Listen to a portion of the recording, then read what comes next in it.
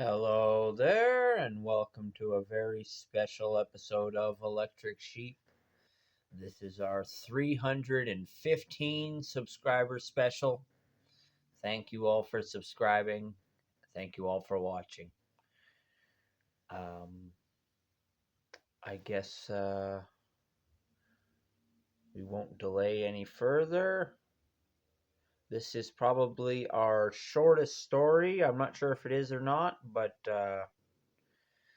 here is a story that's only a minute and 55 minutes, titled War Blooms. And that is the title, War Blooms. It does run right into the beginning of the story, so it sounds like it's saying more than that, but that is the title. Alrighty. War blooms across countless planets. Peace blossoms shimmered like rainbows. Soldiers from all fronts recognized the authority of the flower. Where the flower blooms, peace is declared. Not a temporary ceasefire. No, instead a lasting peace follows the flower.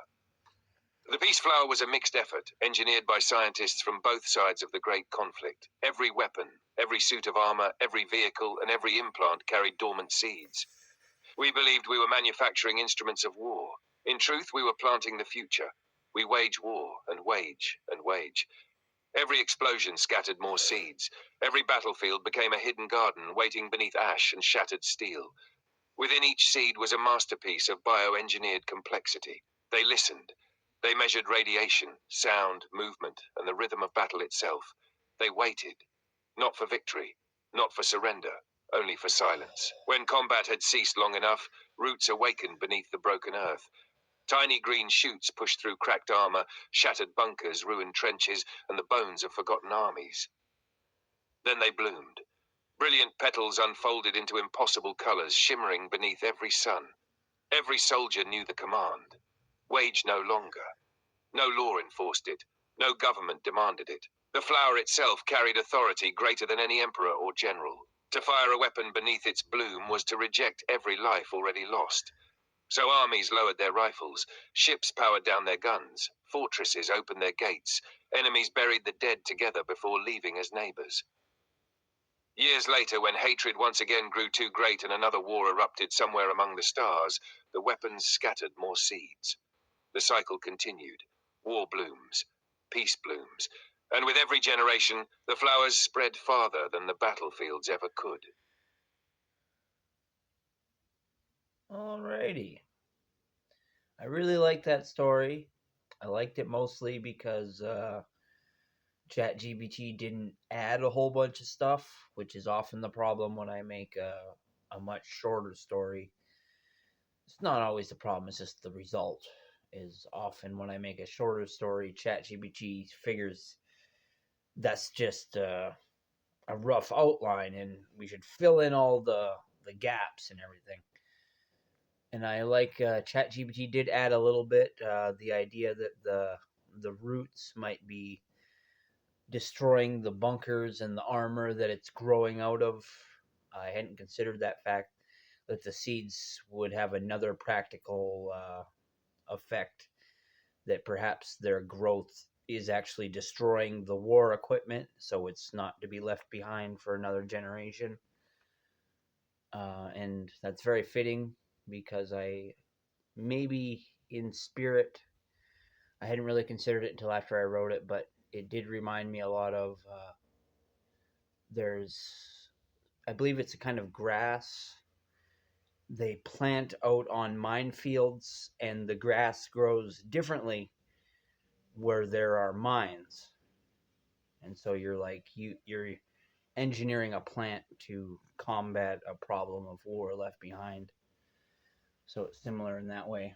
But then you could also look at it in a symbolic sense, that it's like the poppy from Flanders Field, and it's just a symbol. But it's obviously a little more than just a symbol. It is a smart flower. Yeah. But it didn't say it exactly word for word, but I kind of got the idea that with each new generation going out to found new planets, conflict will arise again and again. And so that's built right into the technology we use to wage war, so that it has a timer, so that when conflict has it's been without conflict for a certain amount of time, it's like a hard wall comes up and says, okay, it's peacetime now. This isn't, we're not just regrouping for another fight anymore. Like, this is where we say enough is enough. Yeah.